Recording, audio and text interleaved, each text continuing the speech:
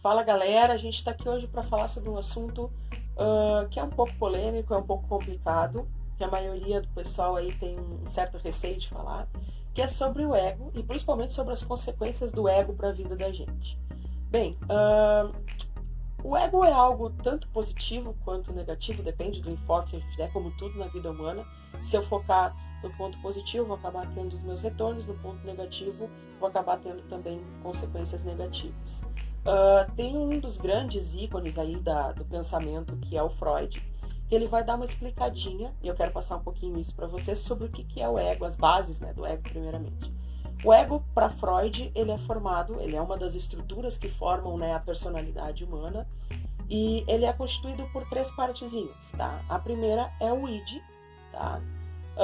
Depois o mediano, que seria o próprio ego. Então o ego tem uma parte inicial, uma parte primária, depois tem o seu equilíbrio, que seria o próprio ego, e eu tenho uma parte mais para um segundo polo, que é o superego, tá? Então id e superego são forças, são vontades humanas, individuais e coletivas, que acabam tendo que ter um ponto de equilíbrio, e esse ponto de equilíbrio é que vai ser o ego.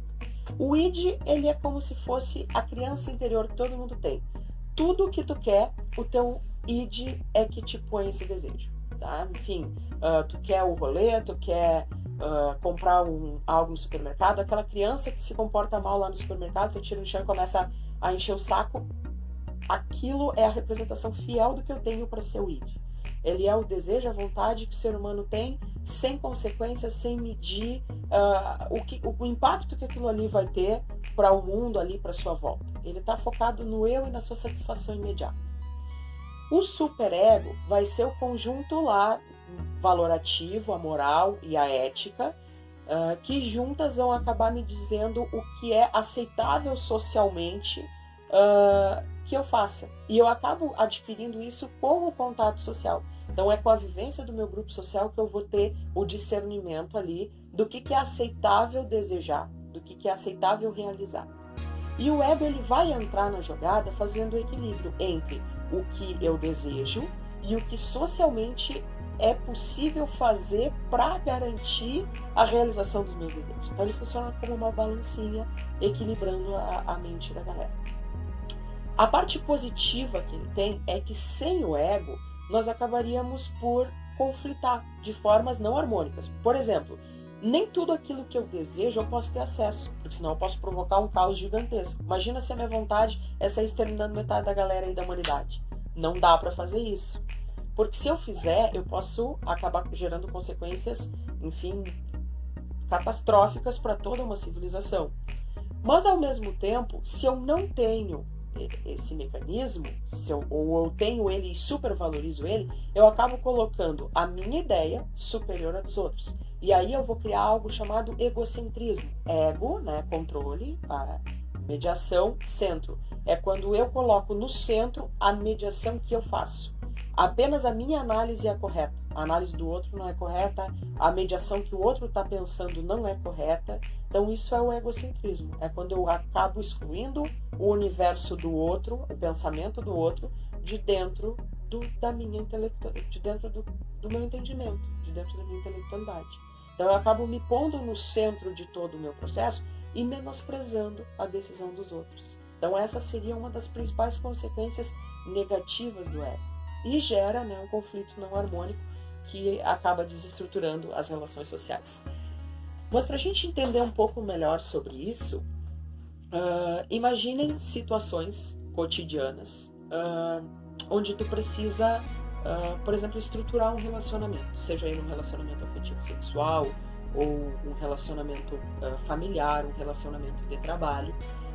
Nas tuas vivências também, enfim, qualquer vivência que tu realize, tu acaba necessitando chegar num consenso do que é aceitável, do que é certo, do que é errado. Por exemplo, se tu começa a estruturar uma conversa com um amigo, com um grupo de amigos, espera-se, né, esse grupo de amigos espera que tu tenha certos enquadramentos para estar ali dentro, senão tu vai acabar meio que sendo excluído, a galera não vai te aceitar tanto ali dentro daquele grupo social, porque tu não vai ter as ideias tão próximas às ideias deles.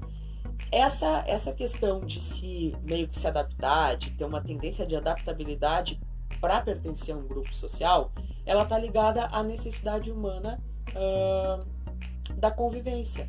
E essa convivência, nós já criamos mecanismos onde nós precisamos sujeitar as nossas vontades, muitas vezes, para conseguir garantir a permanência dentro de determinados grupos. É quando eu moldo a minha identidade para dentro dessa identidade moldada, eu conseguir ter acesso àquilo que eu estou buscando dentro de um grupo.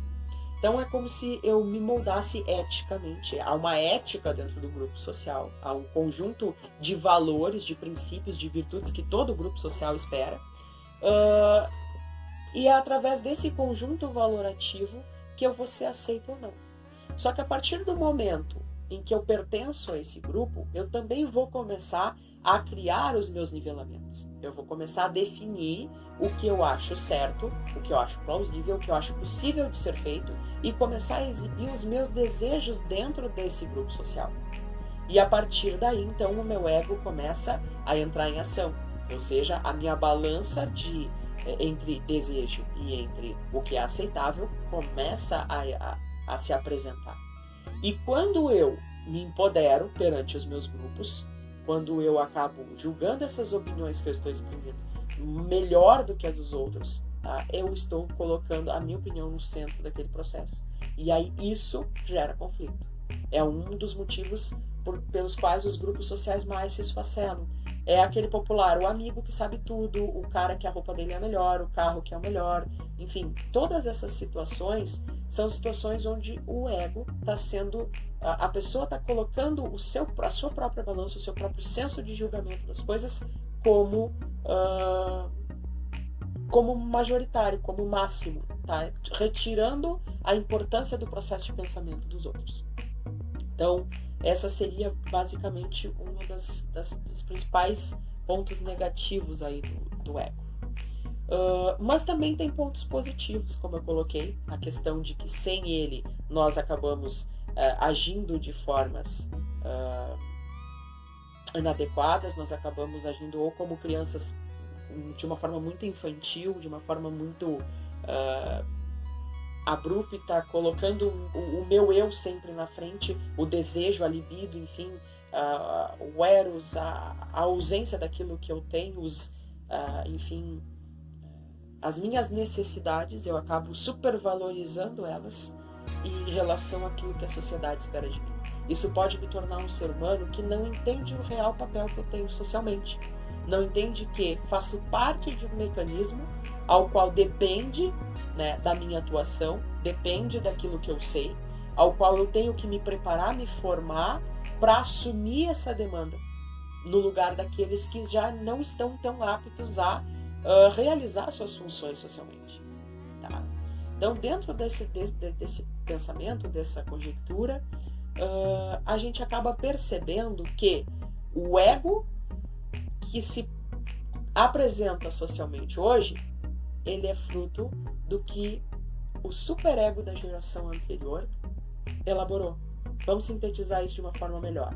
O que os meus pais, o que os meus avós julgavam como sendo ideal, julgavam como sendo o coerente, ou seja, o perfil,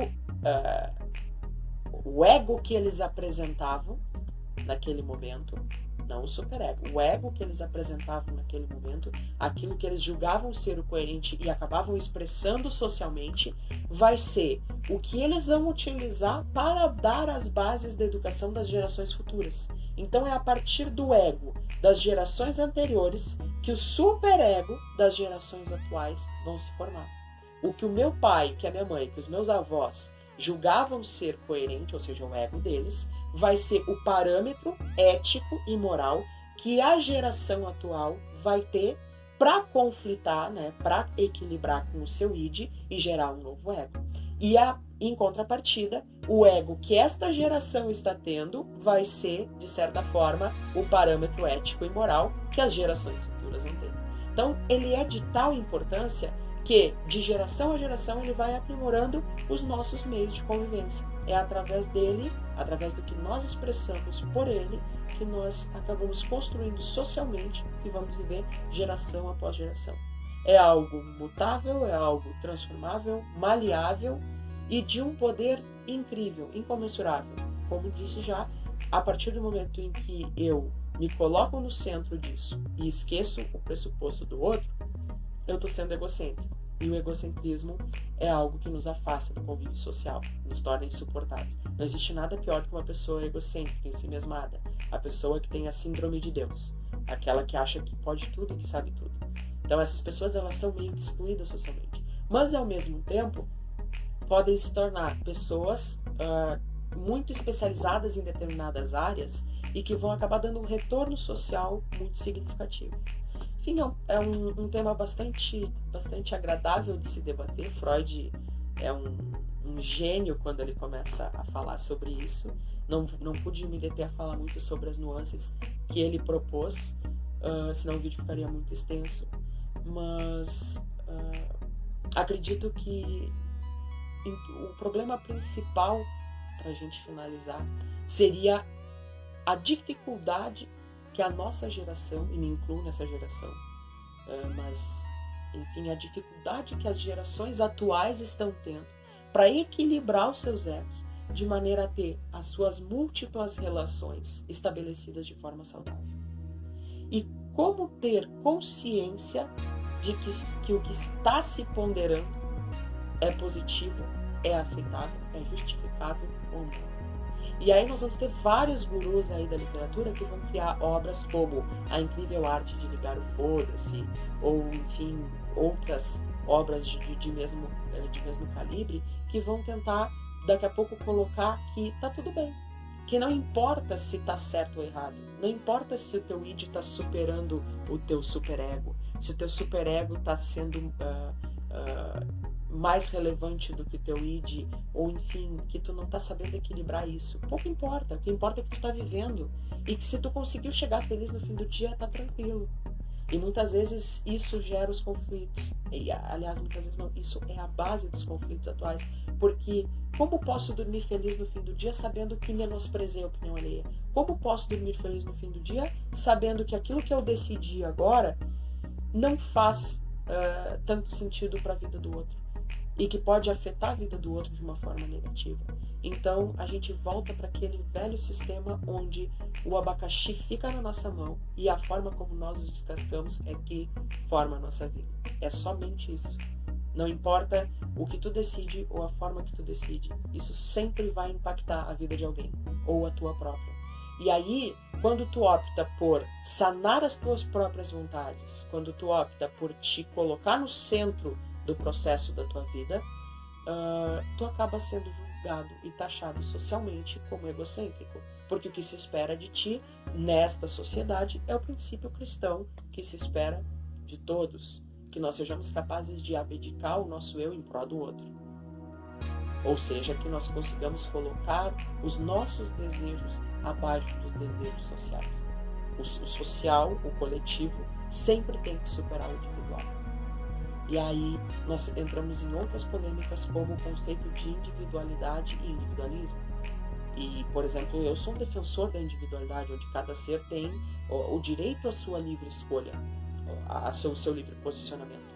Mas também sou contra o individualismo, que é aquele processo onde o ser humano coloca o ego, a sua forma de julgar a realidade, de expressar a realidade da sua intelectualidade como sendo o maior de todo mundo. Então, como um tema complexo, a gente já está com o tempo esgotado. Eu espero que vocês curtam, espero o feedback de vocês pilhem olhando os vídeos e que me deem um retorno, tá? Que coloquem para mim se está sendo positivo, se está fazendo bem para vocês. Se vocês veem coerência nesse processo, contribuam lá no twitter.com/AndersonLuiz com as enquetes, porque isso é muito importante. É através das enquetes que eu consigo falar temas que vocês vão achar produtivos ou não. Era isso, galera.